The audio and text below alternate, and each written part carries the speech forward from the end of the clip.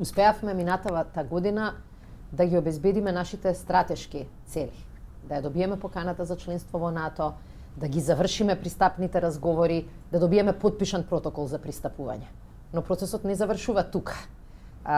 Во вторава фаза потребно е со иста концентрација, со иста енергија, со иста посветеност да покажуваме домашни резултати, но и да обезбедиме брза ратификација на протоколот. И клучната цел која што ја имаме при посетата на Вашингтон е токму тоа да го обезбедиме, да го продолжиме диалогот со представниците на извршната власт, меѓутоа да се сретнеме и со голем број на други decision makeri, влијателни think tankovi, но и луѓе во Сенатот, сенатори кои што можат да го забрзаат и да го олеснат процесот на ратификација.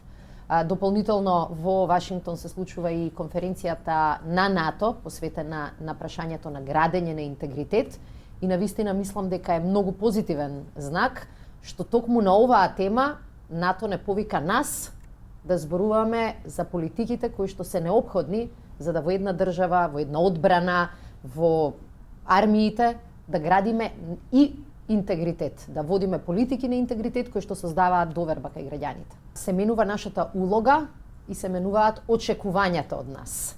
Овој период од една година ние практично ќе правиме една тешка транзиција, ама многу корисна за државата, од држава која слушала што ќе одлучи НАТО, во држава која може да учествува во таа дебата и да брани своји позиции.